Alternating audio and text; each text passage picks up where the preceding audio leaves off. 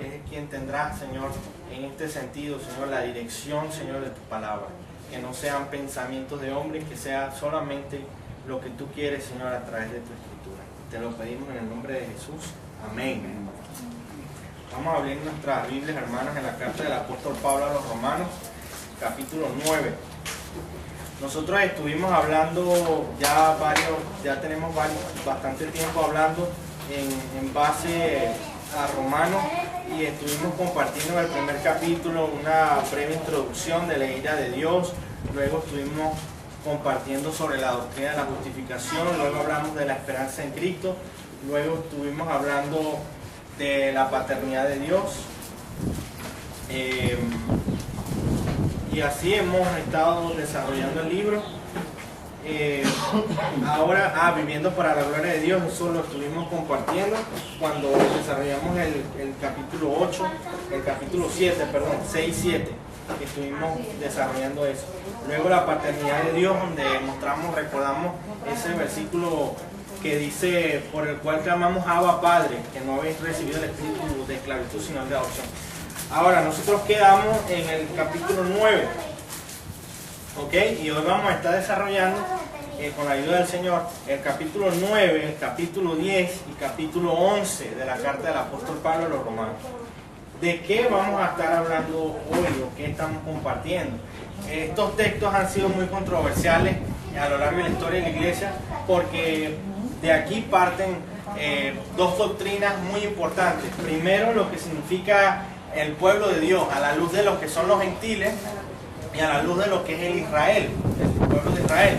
También porque aquí en este pasaje encontramos un texto de donde se tiene una argumentación muy fuerte para el dispensacionalismo, que es la doctrina que es reciente del siglo XVII, XVIII, que viene, donde se habla de que son literalmente un pueblo, que es la iglesia, y otro pueblo, que es Israel, y también se habla de una redención futura para todos los descendientes biológicos, es decir, descendientes de Israel por la parte biológica, al final de los tiempos. Esta es una doctrina nueva, es una doctrina del siglo XVIII, y hoy vamos a estar hablando un poco de esto a la luz de lo que enseña la Escritura. ¿A dónde nos dirige el apóstol Pablo por medio del Espíritu Santo en la enseñanza? ¿Realmente hablar de eso, a debatir de eso? ¿O qué otra cosa del Espíritu Santo nos querrá mostrar en estas enseñanzas? Yo creo que es evidente que aquí Pablo hay una enseñanza muy importante. Pero, bueno, para introducirnos, hermanos, yo quería hacerles unos comentarios. Ustedes recuerdan el Holocausto. El Holocausto ha sido una historia muy triste. Es una mancha de la humanidad lo que ha sido el Holocausto.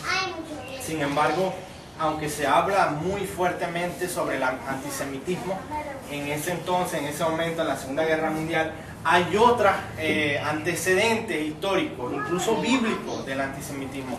Yo no sé si ustedes reconocen o recuerdan o saben qué es antisemitismo, pero el antisemitismo es específicamente un odio contra la raza judía, es decir, contra la raza de los judíos. Eso se ha conocido como antisemitismo. Aquellas personas que tienen odio o tienen como una especie de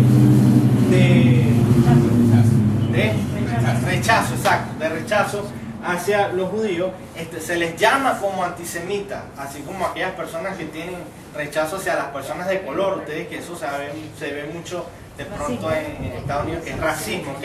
Bueno, el antisemitismo básicamente... Misoginia, ¿qué es el rechazo? Misoginia es el rechazo hacia las mujeres. Cuando es un rechazo así fuerte hacia las mujeres, se llama misoginia.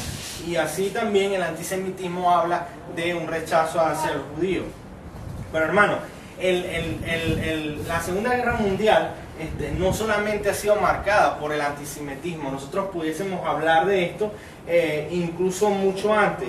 Por ejemplo, ustedes recuerdan cuando José en la casa de Egipto, es decir, en Egipto, él dice que era abominación para los egipcios comer cerca o al lado de personas hebreas. De hecho, le dieron unos pastos, unos terrenos para que ellos tuvieran su animal, porque era abominación, imagínense. O sea, ya había una separación, un sentido de rechazo ya hacia los hebreos en aquel entonces.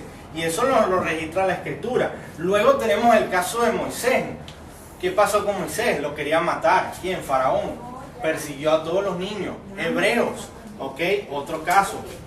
Asimismo, hermanos, podemos ir trazándolo hasta los tiempos de los cananeos, los filisteos, eran enemigos acérrimos de Israel.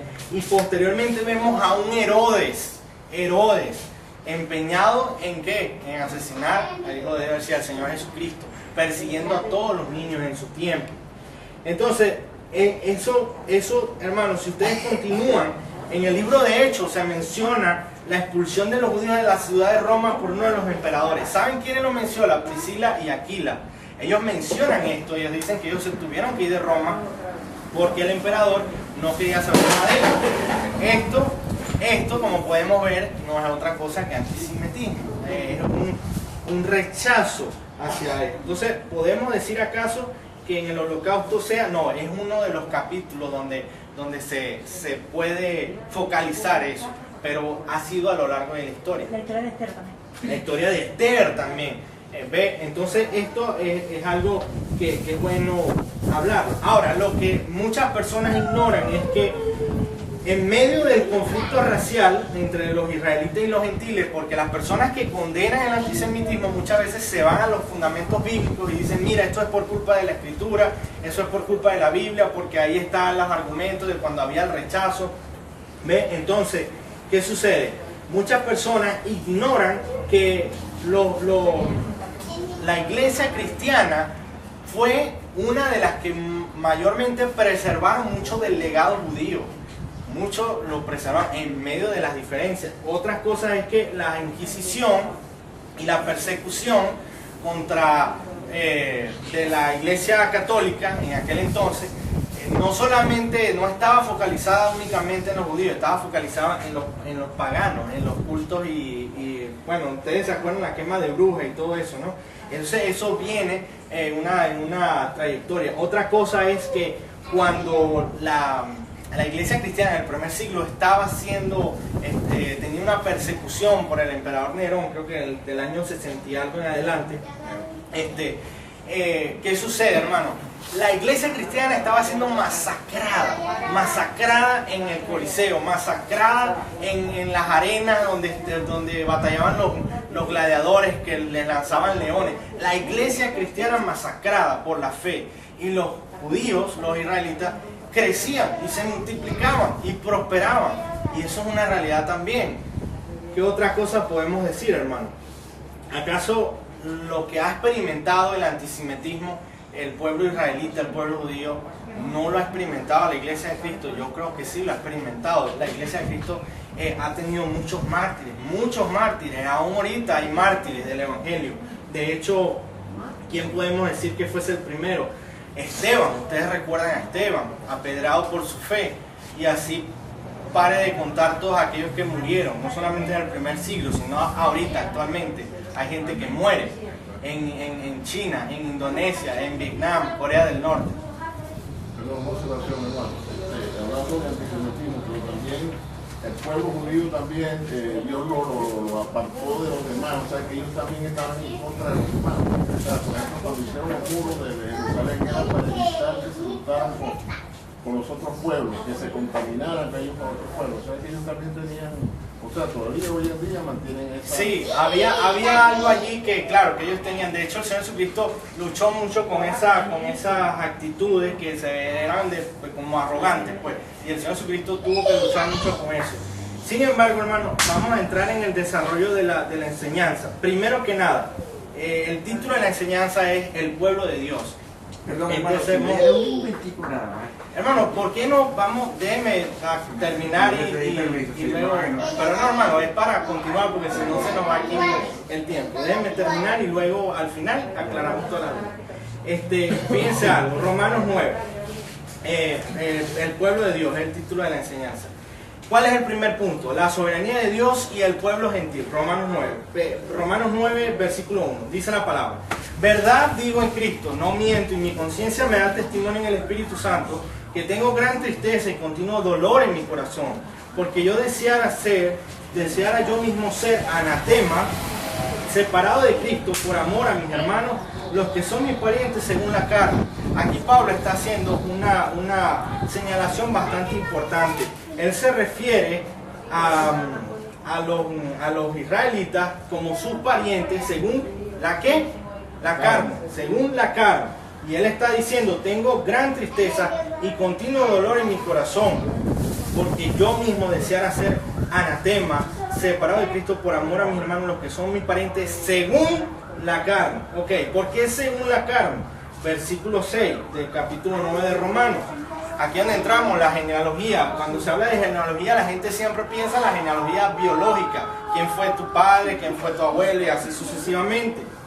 El apóstol Pablo nos enseña algo aquí muy importante, que es la genealogía espiritual. Yo lo quise llamar de esa forma, que dice Romanos 9:6. No que la palabra de Dios haya fallado, porque no todos los que descienden de Israel son israelitas, ni por ser descendientes de Abraham son todos hijos, sino en Isaac te será llamada descendencia. Esto es, no los que son hijos según la carne son los hijos de Dios, sino que los que son hijos según la promesa son contados como descendientes. Eso lo dice Romanos 9, versículo 6. Pablo está haciendo aquí una declaración muy importante. Él dice, no es que todos los que descienden de Israel son israelitas. Y también dice, no es que porque sean descendientes de Abraham son todos hijos. No. ¿Por qué? Porque aquí Pablo trae la analogía de Sara y de Agar. Ustedes recuerdan a Sara y Agar. Uno hijo de la esclava, el otro el hijo de la promesa. ¿Quién nació primero? El hijo de la esclava. El hijo de la esclava. Luego, ¿quién nació por medio de la promesa? Isaac fue el que nació luego. De la misma forma, hermano, el apóstol Pablo está enseñando aquí que no se trata de una descendencia de parte biológica. Está hablando de una promesa. Entonces, si nosotros vemos aquí, hay un pasaje que pudiésemos traer, que es Gálatas 3:29, que dice Gálatas 3:29, y si vosotros sois de Cristo, ciertamente el linaje de Abraham sois, y herederos según ¿qué? La promesa. Aquí, miren hermano, Pablo cuando hablaba aquí en la escritura, él no hacía las cosas sin que hubiese una coherencia. Él conectaba la escritura, porque ciertamente en la escritura hay una coherencia. Si nosotros decimos qué significa, no sé, una palabra de acuerdo a la Biblia, ¿qué significa la ofrenda? Nosotros buscamos en la escritura toda la parte donde se menciona ofrenda, y de acuerdo al contexto, nosotros vamos a decir, esto significa ofrenda, porque la escritura toda confirma que esto es ofrenda, ¿ok? Entonces, de la misma manera, cuando Pablo habla de sus parientes según la carne, cuando habla de según la promesa, y luego en Gálatas también nos vuelve a decir herederos según la promesa, nos está haciendo una relación, está vinculando. Y Pablo quiere dar una enseñanza, una exhortación a un grupo de hermanos cristianos, judíos, de la iglesia de Roma, y le está llamando a que entiendan que los hermanos que estaban allí con ellos, que eran gentiles, que no eran descendientes del linaje así biológico, eran también sus hermanos, porque se debían contar según la promesa. Entonces, ¿qué debemos entender, hermano? Que todos nosotros, los que somos gentiles, los que no venimos de una ascendencia judía y todo lo demás, sí somos también contados como linaje. ¿Por qué? Porque estamos en Cristo. Amén. Vamos, ves por Él. No se trata de la parte de línea en ese sentido. Entonces, ¿qué sucede aquí? Yo quiero que entendamos algo. El apóstol Pablo enseña, ¿verdad? En Romanos 9, 22, nos da una enseñanza muy importante. Nosotros decimos que Dios es soberano, ¿verdad? Dios es soberano. No se trata de que lo digamos, Dios es soberano. Ahora, el punto es, ¿cómo ocurren las cosas en la escritura de acuerdo a la soberanía de Dios? ¿Acaso ocurren sin que Él sepa, sin que Él tenga noción? Él está al tanto de todo, perfectamente. No hay nada que se escape a su voluntad, no hay nada que se escape de su sabiduría. ¿Qué dice el apóstol Pablo? Yo lo que quiero es que veamos, hermanos, lo que enseña la escritura aquí. El apóstol Pablo le enseña a esos hermanos judíos que están viendo de pronto de una manera errada a los gentiles, que ellos, esos gentiles, también estaban en el plan eterno de Dios, aun cuando estaban allá afuera, aun cuando no eran nada, no tenían ningún tipo de vínculo y relación. El Señor pensó en ellos. Fíjense lo que dice el versículo 22. ¿Y qué si Dios, queriendo mostrar su ira y hacer notorio su poder, soportó con mucha paciencia los vasos de ira preparados para destrucción, y para hacer notorias las riquezas de su gloria, las mostró para con los vasos de misericordia que Él preparó de antemano para gloria, a los cuales también ha llamado, esto es, a nosotros, no solo de los judíos, sino también de los gentiles? Como también en Oseas dice, llamaré pueblo mío al que no era mi pueblo, y a la no amada, amada. Y en el lugar donde se les dijo, vosotros no sois pueblo mío, allí serán llamados hijos del Dios viviente. ¿Acaso Pablo está hablando de que Dios desconocía la situación de los gentiles en ese momento? Para nada, para nada. El Señor estaba al tanto de todo, y el Señor le estaba diciendo a los judíos, porque hermanos, había una confrontación, había un conflicto entre los judíos y los gentiles en el primer siglo en la iglesia en Roma, y Pablo está abordando esta situación desde el primer capítulo, cuando dice judío no es el que lo es en exterior, sino el que es en el interior, la circuncisión no hecha en la carne. Entonces, cuando Pablo está hablando esto, él cita a Oseas, él cita al profeta Oseas, pero también después cita a Isaías y dice, también, no solamente Oseas, Isaías habla de esto, clama, Isaías clama, tocante Israel, clama, si fuera el número de los hijos de Israel como la arena del mar, ¿verdad? Dice que te dice, tan solo el remanente será salvo, porque el Señor ejecutará su sentencia sobre la tierra en justicia y con prontitud. Y como antes dijo Isaías, si el Señor de los ejércitos no nos hubiera dejado descendencia como Sodoma habríamos venido a ser, y a Gomorra seríamos semejantes. ¿Qué pues diremos? Que los gentiles que no iban tras la justicia han alcanzado la justicia, es decir, la justicia que es por fe.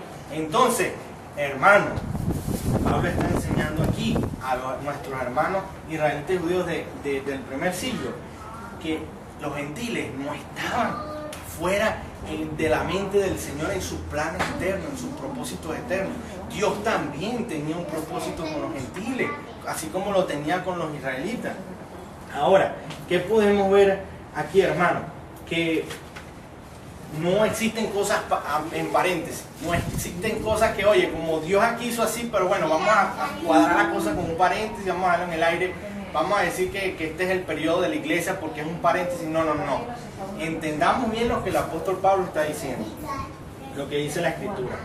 ¿De qué estamos hablando? De la soberanía de Dios. Los gentiles, el pueblo gentil, dentro de la soberanía de Dios. No, ellos no están afuera de que Dios es, bueno, Dios no sabía que de pronto los gentiles iban a creer, pues entonces como Dios no sabía, bueno, vamos a llamarlo este periodo de la iglesia porque muchos están creyendo, pero no, eran los israelitas que tenían que convertirse todos en ese tiempo. No, Dios tiene en su soberana sabiduría un conocimiento de las cosas en todos los sentidos. Entonces, hablamos de los gentiles en la soberanía de Dios. Ahora, en el segundo punto, quiero que hablemos de algo, de lo que significa un nuevo pueblo en Cristo Jesús. Un nuevo pueblo en Cristo Jesús. ¿Qué dice Romanos 10? Yo quiero que veamos la escritura, Romanos 10, capítulo 2.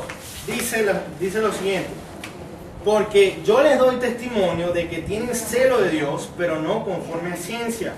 Porque ignorando la justicia de Dios y procurando establecer la suya propia, no se han sujetado a la justicia de Dios. Porque el fin de la ley es Cristo, para justicia a todo aquel que cree.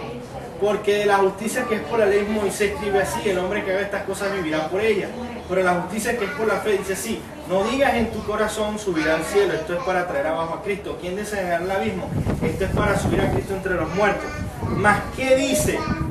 Cerca de ti está la palabra en tu boca y en tu corazón. Esta es la palabra de fe que predicamos, que si confesares con tu boca que Jesús es el Señor y creyeres en tu corazón que Dios levantó de los muertos, serás salvo, porque con el corazón se cree para justicia, pero con la boca se confiesa para salvación. Pues la Escritura dice, todo aquel que en él creyere no será avergonzado. Ciertamente esto debemos entenderlo en su contexto. En el contexto de que las personas que confesaban a Cristo en aquel entonces les cortaban la cabeza, los mataban. Eso debe ser así. No es que ahorita vamos a ir por la calle diciendo a todo el mundo, mira, repite esta oración, mira, repite esta oración. No, porque ahorita aquí no nos están matando así por decir Cristo es el Señor y no es Maduro, por decir algo, o el presidente. Lo que quiero aclarar, hermano, es que las personas en aquel entonces, en el contexto, decir que Cristo era el Señor significaba muchas veces perder la vida. ¿Ve? Entonces, el Señor aquí está hablando de un pueblo que, fíjense algo, dice la palabra, tienen celo de Dios, pero no conforme a ciencia. ¿De quién está hablando el apóstol Pablo? De los judíos. Tienen celo de Dios, es verdad, pero no conforme a conocimiento. Ellos no están entendiendo. ¿Por qué? Dice él. Porque han ignorado la justicia de Dios y procuran establecer la suya propia.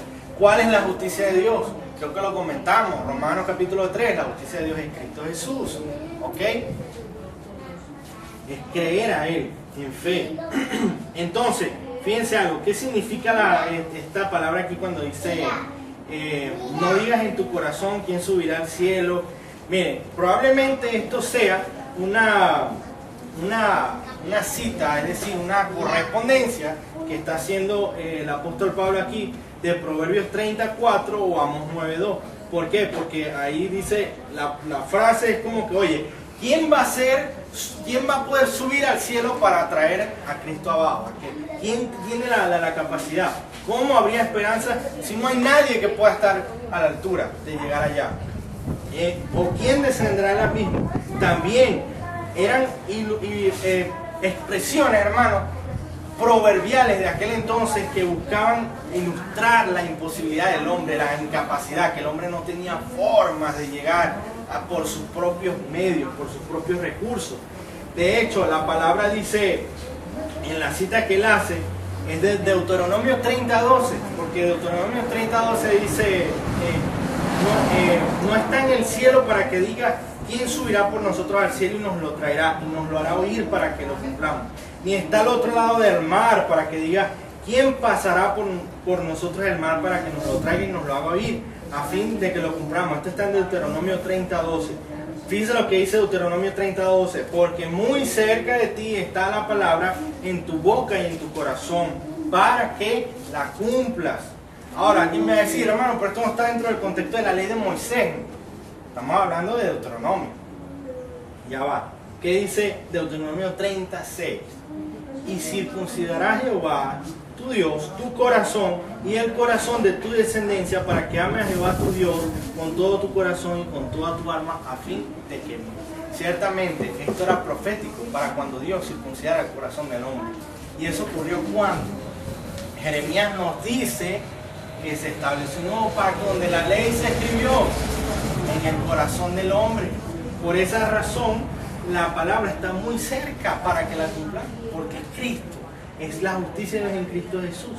Entonces, este nuevo pueblo en Cristo Jesús, existe una igualdad. Hay una igualdad. ¿Cuál es esa igualdad? Romanos 10:11.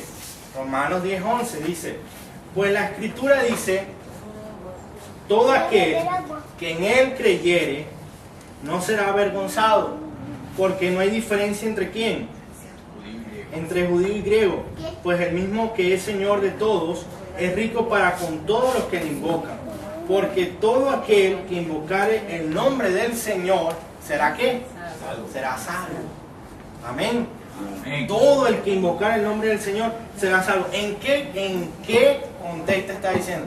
Quiere decir que los que andan por ahí gozando la vida y en las horas de la carne dicen, yo Señor, te confieso tu nombre y tal, y son salvos. No, en el sentido de que no importa la raza, no importa tu posición social, no importa el estado en que te encuentres económico, no importa de qué casta o de qué grupo tú pertenezcas, no, el color de tu piel, no importa, tu ascendencia, no importa. Él hace la separación aquí muy claro, entre judío y griego no hay diferencia, en Cristo no hay ninguna diferencia. Entonces, ¿por qué el hombre en su imposibilidad, en su pecado, cuando interpreta los textos, todavía continúa en hacer hincapié en una separación, que no la hay, no es evidente aquí. Entonces, Romanos, fíjense algo lo que dice Romanos 3:22, en el mismo contexto de la carta del apóstol Pablo. Dice, justicia de Dios por medio de la fe en Jesucristo para todos los que creen en Él, porque no hay diferencia. ¿Es Dios solamente Dios de los judíos? ¿No es también Dios de los gentiles? Lo dice el 29, el verso 29. Ciertamente también de los gentiles. Romanos, dice Romanos 4:10. ¿Cómo pues le fue contada la justicia a Abraham? ¿Estando en la circuncisión o en la incircuncisión? No en la circuncisión, sino en la incircuncisión. Y recibió la señal como sello. Y se le dijo que para que fuese padre de todos los creyentes no circuncidados, a fin de que también a ellos la fe les sea contada por justicia. Ellos no estaban fuera, hermanos. Dios tenía un plan, un propósito. También los gentiles estaban allí. Lo que pasa es que a veces nosotros no lo vemos así, pero está, hermano. Este es el tema de Pablo cuando viene hablando. Luego, en Hechos 10:34, dice la palabra que Pedro, abriendo la boca, dijo: en verdad comprendo que Dios no hace acepción de personas. Eso está en Hechos. Eso lo dijo Pedro. Luego, en Hechos 15:8 dice: y Dios, que conoce los corazones, les dio testimonio, dando al Espíritu Santo lo mismo que a nosotros. Y ninguna diferencia hizo entre nosotros y ellos, purificando por la fe sus corazones. Entonces, ¿hay diferencia? No hay diferencia. Este es el pueblo de Dios en Cristo Jesús, hermano. Es el pueblo de Dios en Cristo Jesús. Luego tenemos Gálatas, que ya lo leímos. Ya no hay judío ni griego, no hay esclavo ni libre, no hay varón ni mujer, porque todos vosotros sois uno en Cristo Jesús. Luego tenemos Efesios 3:6, que los gentiles son coherederos y miembros de ¿qué? Del mismo cuerpo, y copartícipes de la promesa en Cristo Jesús por medio del Evangelio. Luego tenemos Efesios 2:11, por tanto acordaos que en otro tiempo vosotros los gentiles, en cuanto a la carne, ¿se acuerdan? Según la carne, ¿recuerdan? En aquel tiempo estabais sin Cristo, alejados de la ciudadanía de Israel, ajenos a los pactos de las promesas, sin esperanza, sin Dios en el mundo. Pero ahora en Cristo Jesús, vosotros que en otro tiempo estabais lejados, habéis sido hechos cercanos por la sangre de Cristo, hermano. Ve, dice, porque Él es nuestra paz, que de ambos pueblos hizo uno, derribando la pared intermedia de separación. Eso lo dice la Escritura, eso no lo digo yo, hermano. Colosenses 3:11, donde no hay griego ni judío, circuncisión ni incircuncisión, bárbaro ni cita, siervo ni libre, sino que Cristo es el todo y en todos. ¿Todavía vamos a seguir viendo una diferencia? No creo, hermano. Veamos, entendamos que el pueblo de Dios es en Cristo Jesús solamente. Ahora, ¿qué sucede con Israel? La soberanía de Dios y el pueblo de Israel. Sí, porque Dios es soberano para los planes en cuanto vio a los gentiles, los toma en cuenta. Ajá. Ahora, ¿qué sucede con Israel? Bueno, Israel es su pueblo en el sentido que desde el Antiguo Testamento ha sido de donde iba a venir el Mesías, que es Cristo Jesús. ¿Okay? Ahora, ¿qué sucede? El remanente, el tercer punto, la soberanía de Dios y el pueblo de Israel. Romanos 11:1. Digo pues, ¿ha desechado Dios a su pueblo? En ninguna manera, porque también yo soy israelita, de la descendencia de Abraham, de la tribu de Benjamín. No ha desechado Dios a su pueblo, al cual desde antes conoció. Hermano, yo entiendo que Romanos 9 perfectamente podemos aquí hablar de la elección, que Dios elige, todo esto. Eso es cierto. Nosotros aquí podemos hablarlo, podemos argumentar, podemos tener aquí el basamento bíblico escritural para hablar de la elección. Sin embargo, tenemos que reconocer, exegéticamente hablando, es decir, haciendo un estudio minucioso, que Pablo también viene hablando de una condición de Israel, desde el capítulo 9. Entonces, sí hablamos de elección, pero también hablamos de qué es lo que pasa con Israel. Dice, ¿ha desechado Dios a su pueblo? En ninguna manera, porque yo también soy israelita.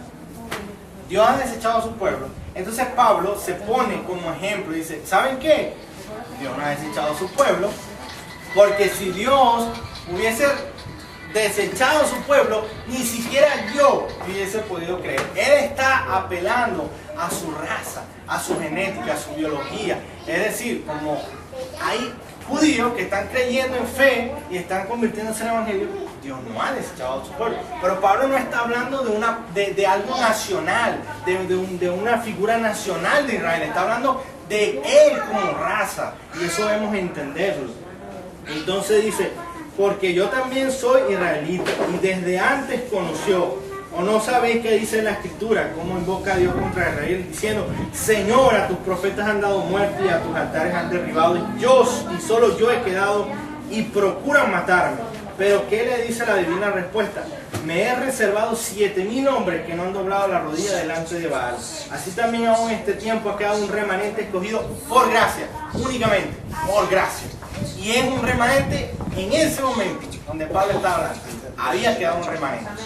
Es decir, que de 30,000 judíos israelitas que estaban en aquel entonces, si solamente creyeron 10,000 judíos israelitas, esos 10,000 judíos israelitas constituyen el remanente que Dios había preservado. Los otros no, obviamente no lo habían alcanzado. ¿Y qué dice Pablo en esta parte también? Fíjense, es una enseñanza muy profunda, porque el Señor cuando le habló aquí a Elías, le dice, no, ya va, tú crees que eres el único. Tú crees que eres el único que has quedado. Pero no es así. Yo me he reservado, yo he guardado un pueblo, yo lo he preservado en el medio. Entonces es una enseñanza muy importante, hermanos, que siempre hay un remanente. Siempre hay un remanente. Incluso en este tiempo hay un remanente. Hoy, exacto, y siguen siendo igual. Entonces, fíjense algo. El otro punto que yo quería compartir en medio de esto de Israel es que Pablo aquí aprovecha y exhorta a los gentiles. ¿Por qué, hermano? Porque como dice el dicho, lo que es bueno para el pavo también es bueno para la pava. En este sentido, Pablo está haciendo una exhortación a los judíos, pero ¿saben qué? Pablo tenía que exhortar a los gentiles, porque lo mismo podía pasar en ellos. Ellos podían empezar a creer, no, nosotros somos los que estamos ahora en la promesa, y ahorita sí es lo bueno, porque es la iglesia, somos nosotros. Y claro, en su mayoría gentiles, porque eran griegos, romanos, todo tipo de ascendencia y en cultura. Entonces, el apóstol Pablo exhorta a los gentiles a que entiendan que no hay lugar para la soberbia y la arrogancia, porque ambos fue por gracia y misericordia. Ambos. Fíjense lo que dice el 11:13. Romanos 11:13. Porque a vosotros hablo, gentiles, a ustedes les voy a hablar ahora, dice Pablo. Por cuanto yo soy apóstol a los gentiles, honro mi ministerio. Romanos 11:18 dice, no te jactes contra la rama.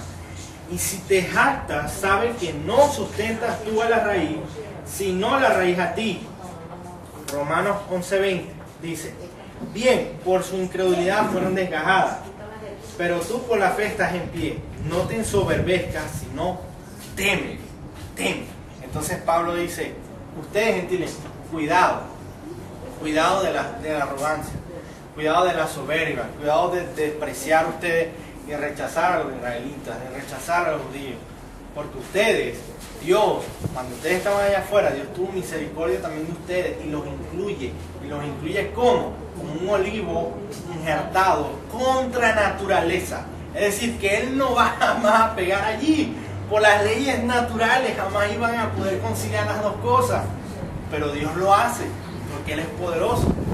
¿Y quién puede decirle al Señor que no haga lo que Él quiere? Amén. Pero entonces Él hace eso. Y cuando hace eso, nosotros entramos en esas promesas. Entonces, ¿cuál es la jactancia? ¿Cuál es tu orgullo? ¿Cuál es tu arrogancia? Aquí muchos dirán, bueno, porque el olivo, que el pueblo de Israel, no, el olivo es Cristo. El olivo es Cristo. Ese es el verdadero olivo. Dice la palabra, fuera de mí nada podéis hacer. Y en muchas ocasiones el Señor habla de los pámpanos y la vid. En este caso, Él es el que produce la savia, que nos nutre, que permite que estemos en pie, que sigamos adelante.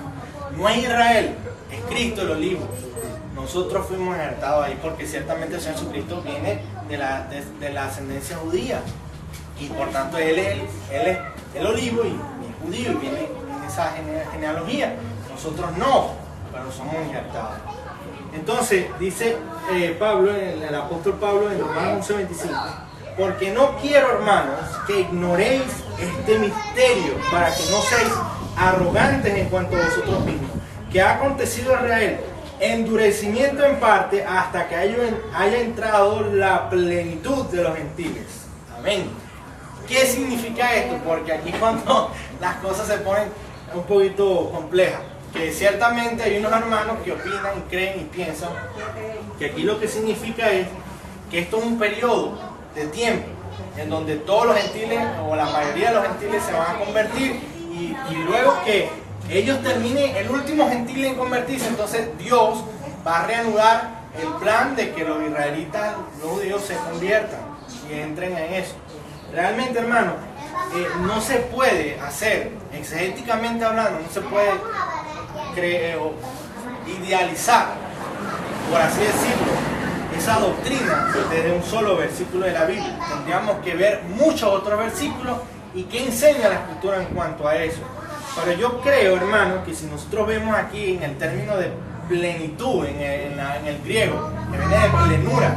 Plenura es cuando un río empieza a formarse desde lo más pequeño hasta que se expande y se abre y agarra el cauce y llega ya al, ¿cómo se llama?, al guri y empieza a mover las turbinas, ¿no?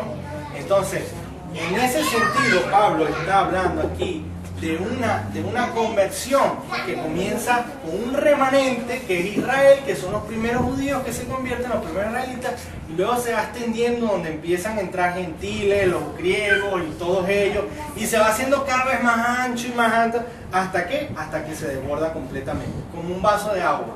Ustedes imaginen, los primeros que creen, como la primera parte del vaso de agua, ustedes siguen echando, y ahí empiezan a entrar griegos, judíos, romanos, de los de Macedonia, después los de Europa, así sucesivamente hasta que se llena por completo, que es cuando alcanza la plenitud, cuando alcanza la totalidad. ¿Y por qué digo esto, hermano? Porque el apóstol Pablo, Pedro, todos ellos no sabían las proporciones gigantescas que tendría la proclamación del Evangelio en el mundo. El Señor Jesucristo, que les dijo, me seréis testigos, ¿en dónde? Jerusalén, y hasta último de la tierra. Y ellos no entendían, ellos no veían eso así todavía. Imagínense, estaban apenas comenzando Pedro en el discurso en el pórtico de Salomón y empezando a llegar los hermanos y empezándose a convertir. Que iban a estar pensando que Pablo se iba a convertir si lo estaba persiguiendo primero para matarlo y que Pablo después iba a llegar hasta Roma. No, entonces, ¿qué podemos entender esto? Que ellos en ese sentido están hablando en estos términos. Los primeros judíos israelitas luego se desbordan. ¿Ok? Ahora, continuamos. Romanos 11:26. Después dice, y luego todo Israel será salvo, como está escrito. Vendrá de Sión el libertador que apartará de Jacob la impiedad. Y este será mi pacto con ellos cuando yo quite sus pecados.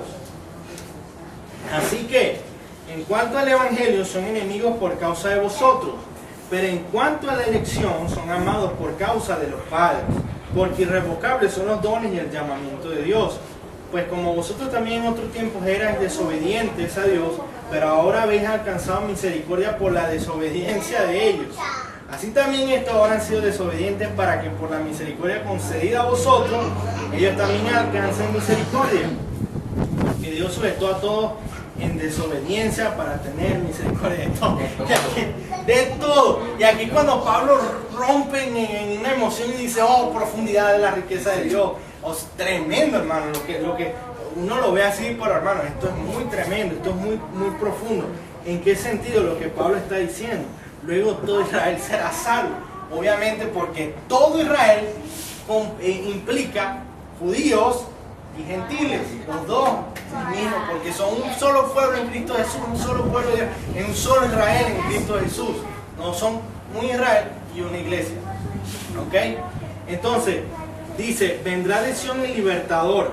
Fíjense, aquí posiblemente la citación sea Salmo 14:7, que dice, oh, de que de Sión saliera la salvación de Israel cuando Jehová hiciera volver a los cautivos.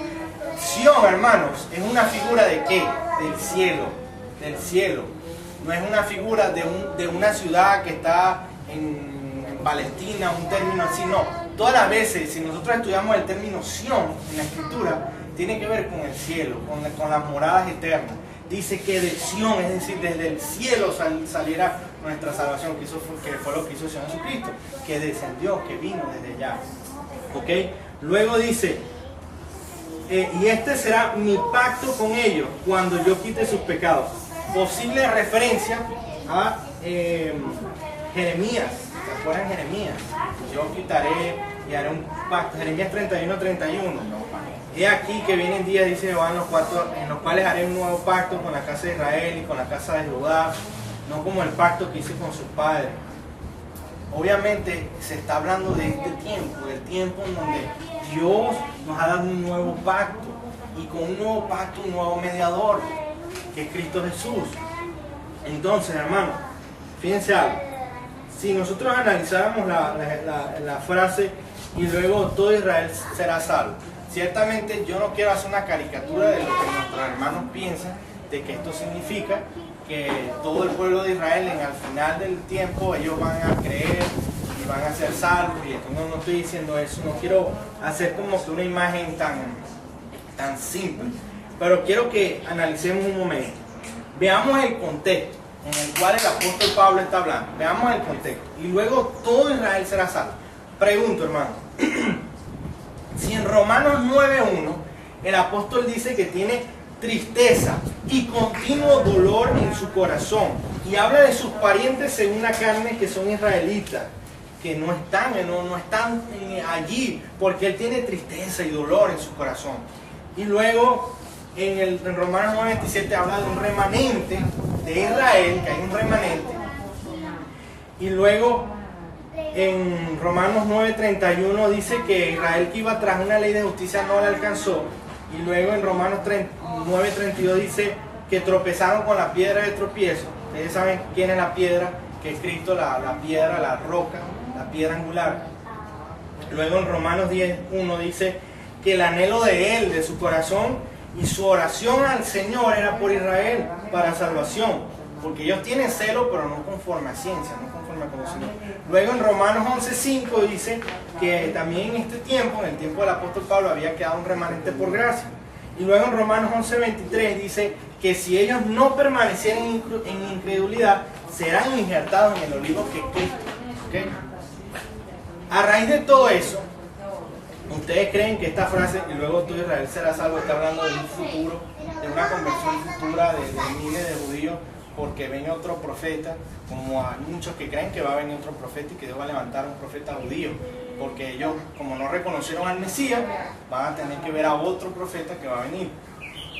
Yo pregunto, ¿será que a la luz de la realidad, desde Romanos 9:1 hasta Romanos 11, en todo lo que Pablo ha dicho, incluso que tiene tristeza, que tiene dolor, él está hablando de que va a haber una conversión masiva al final de los tiempos? Yo no creo, hermano, yo no creo, porque si él creyera eso, en ese entonces, él no estuviera triste, él no tuviera un continuo dolor, y él no estuviera lográndole al Señor por la conversión de todos ellos.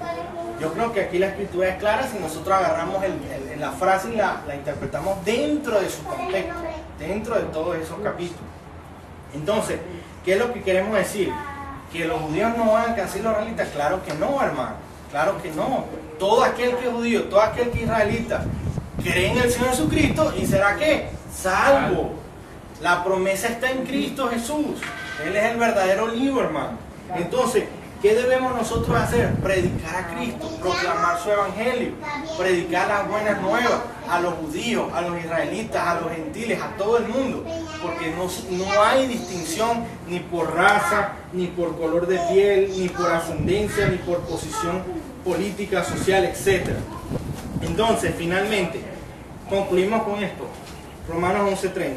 Pues como vosotros también en otro tiempo erais desobedientes a Dios, pero ahora habéis alcanzado misericordia por la desobediencia de ellos, así también estos ahora han sido desobedientes, para que por la misericordia concedida a vosotros, ellos también alcancen misericordia. Porque Dios sujetó a todos en desobediencia para tener misericordia de todos. Porque no se trata de méritos, de que por mí, es porque mi ascendencia, es porque yo hice, no, es porque es por su misericordia, únicamente. De hecho, aquí en estos pasajes cuando se habla de que incluso de Faraón decía que lo había levantado para manifestar su poder, es decir, que Dios mismo se encargó de levantar a Faraón para después derramar su ira sobre él. Entonces, ¿qué sucede, hermano? Que nunca se va a tratar de nuestros méritos, nunca se va a tratar de nosotros, siempre se va a tratar de la gracia y misericordia del Señor que tiene para con todo. Amén. Entonces, ¿cuál es la conclusión y aplicación de esta enseñanza? Fíjense, hermano, el remanente. El remanente es un concepto que nosotros tenemos que tenerlo presente hoy en día. La palabra habla del trigo y la cizaña. El Señor Jesucristo lo mencionó. Incluso en este tiempo, hermano, no todos los que se dicen ser cristianos van a ser salvos. Solamente aquellos que verdaderamente se han arrepentido de sus pecados. Y la palabra es muy clara, no es una etiqueta. No es como los católicos que dicen, no, yo soy católico y nunca van a una iglesia, nunca pisan, nunca, ¿me entienden? Viven como ellos quieren, no toman la cruz de Cristo, no se niegan a sí mismos. No, el Evangelio precisamente consiste en esto, en ser conformados a la imagen de Cristo. Y cuando somos conformados a la imagen de Cristo, tenemos que negarnos a nosotros mismos, tenemos que tomar nuestra cruz y seguirle a Él. Entonces, el remanente es un concepto que es bíblico, que está allí presente. Ciertamente hay muchos ahorita que son bautizados por montones. Y yo les digo algo, hermano, hay gente que es de Dios ahí, ciertamente sí la hay, pero hay muchos que tampoco lo son. Hay muchos que en mucho tiempo se van a apostatar de la fe, van a ser así como Demas, que van a dejar, van a abandonar después, cuando vengan las cosas, los problemas de la vida. ¿Y qué pasa con las iglesias que hacen eso? Bueno, ellos le tendrán que dar cuenta a Dios, porque le dijeron a las personas que eran salvos y que iban al cielo cuando estaban en el mundo en las obras de la carne. Y ellos tendrán que dar cuenta a Dios por esa sangre, porque el Evangelio es un privilegio, pero también es una responsabilidad, hermano. Y si nosotros no sabemos lo que estamos haciendo cuando predicamos, y si no sabemos, si le estamos diciendo a una persona, haciéndolo creer salvo, y esa persona nunca se niega a sí mismo, nunca da fruto, nunca va a tomar su cruz, entonces nosotros estamos diciendo mentira, hermano. Nosotros estamos degradando el nivel del Evangelio. Y estamos haciendo como si fuera un club donde uno firma una tarjetita y ya está listo. Y no se trata de eso. No se trata de eso. Entendamos, recordemos el trigo y la cizaña. Recuerden la enseñanza del Señor. Entonces, hermano, la única salvación, siempre, la única salvación, desde el primero hasta el último, va a ser por Cristo Jesús, va a ser por gracia únicamente. Y va a ser por su obra. No va a estar en otro profeta, hermano. Yo les digo algo, si nosotros creemos, nosotros interpretamos que va a venir otro profeta a predicarle a los judíos para que se convierta, estamos diciendo que Cristo no fue suficiente. Estamos implícitamente diciendo que Cristo no ha sido suficiente.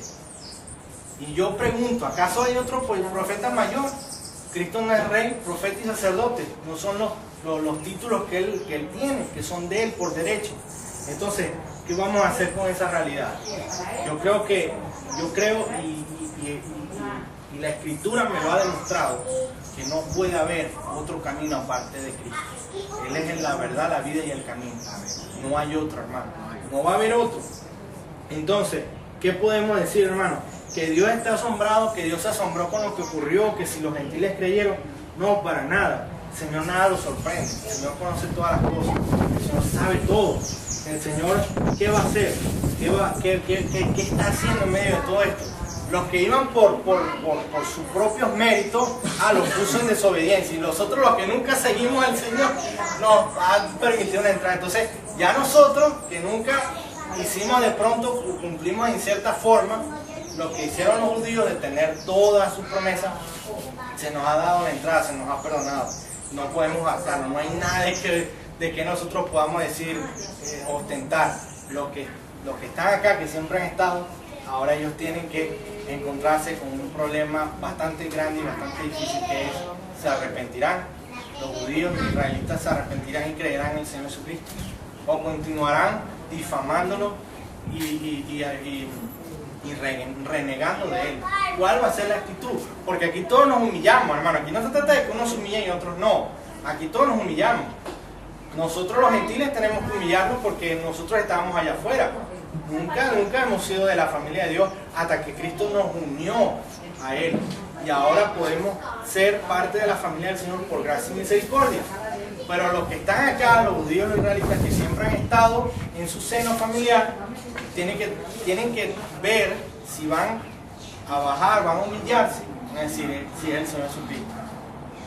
Y aceptar, y más que todo, más que aceptar es la obra que Dios hace en ellos, que la gracia irresistible, que los seduce en el sentido de que ellos pueden creer, porque solamente Dios pone el don de Dios, que es la fe es el don de Dios. Pero ciertamente Dios nos pone a todos en el mismo nivel. ¿Para qué? Para tener misericordia de Dios. Entonces eso es algo que vamos a aprender de esto, hermano. Otra cosa, el Señor aquí llama a la unidad y el apóstol Pablo sabe que él está enfatizando, y de hecho luego podemos verlo en los capítulos que vienen, de una unidad, porque había iglesias en aquel entonces donde sí, estaban los judíos, pero los gentiles los tenían como que, bueno, dale para allá, es que era como una actitud así, y Pablo está tratando eso, y le está diciendo, mire, ¿saben qué? El Señor por amor murió por ambos, por los gentiles y por ustedes judíos. Por esa razón, ustedes en amor tienen que cubrirse, el amor dice la Escritura que cubrirá multitud de pecados. Bueno, en este sentido, el amor debe sobrepasar esas diferencias que ustedes tienen. No puede ser que el orgullo tuyo sea más grande que el amor que Cristo tuvo para con un hermano. Y esto yo quiero tocarlo en el tema de las iglesias, porque a veces hay mucha arrogancia, y hay batallas, ¿cómo se llama? Disensiones entre los bautistas, no le hablan a estos otros no se hablan a los otros, y hay un montón de, ya va, pero ¿quién es el que murió? No fue Cristo, Cristo fue el que murió. Aquí no murió Carlos Spurgeon, aquí murió Cristo, ni tampoco murió David Wilkerson y Guille Ávila, fue Cristo. Entonces, ¿cuál es el punto de tú no amar a tus hermanos en medio de las diferencias? Obviamente en la unidad que es Cristo, porque uno no se va a unir con una persona que no tenga una doctrina sana, una doctrina bíblica, en eso estamos claros. Pero aún dentro de lo que está en Cristo, en la doctrina bíblica, hay gente que piensa diferente, y tú no lo vas a respetar, tú no lo vas a amar, tú lo vas a desechar, lo vas a despreciar, lo vas a discriminar, te vas a burlar de él. No, yo creo que el llamado es integral, es coherente. Y el apóstol Pablo estaba haciendo el énfasis en eso y estaba enseñando. Y yo quiero, hermano, que nosotros crezcamos en gracia en el Señor, en fe, y crezcamos también en esta área. Crezcamos en esto. No se trata de tu individualismo, de tu, ¿cómo se llama? De tu bandera. ¿Cuál es tu bandera? Que si somos así, que si somos así. No, se trata de Cristo, se trata de Él, no se trata de más nada. Hay personas, hermanos, que, oye, tienen una actitud con aquellos que de pronto no son tan dados al estudio a profundidad de las Escrituras. Porque nosotros hemos hablado aquí de la ortodoxia, recuerdan, hablamos de la ortodoxia, la ortopatía, la ortopraxis, los que buscan solamente la iluminación y tienden a caer en el error del intelectualismo, y los que andan solamente por las emociones y tienden a caer en el error del emocionalismo y las cuestiones espirituales que se vuelven un desorden en la iglesia. Pero quiero decir algo, hermano, hay personas que tienen una tendencia, y nosotros ¿qué vamos a hacer? Lo vamos a desechar. No les podemos explicar mejor o guiar con la Escritura para que ellos crezcan también. No dice la Escritura, Pablo, que nosotros podíamos de alguna forma dañar a nuestros hermanos por nuestro orgullo, en el sentido de que no íbamos y no nos importaba la conciencia del hermano, que de hecho esto lo hablamos en estos días. No, la conciencia de mi otro hermano no me importa. No es así. Nosotros tenemos que entender que hay personas, hay hermanos que están todavía en un proceso creciendo, conociendo al Señor. Y porque ellos no entiendan algo de pronto, no lo vean de una forma, yo no lo voy a maltratar. Y eso va con todo. Eso va con el que de pronto se inclina más así por la parte de las palabras, y como de pronto el otro que se inclina más por el testimonio. Ambas cosas son necesarias, se requieren en la iglesia. Y el llamado es, hermano, que tu orgullo no sea mayor que Cristo, que tu orgullo no sea mayor que el amor de Cristo por su iglesia, que sea la realidad, que sea tu amor verdadero y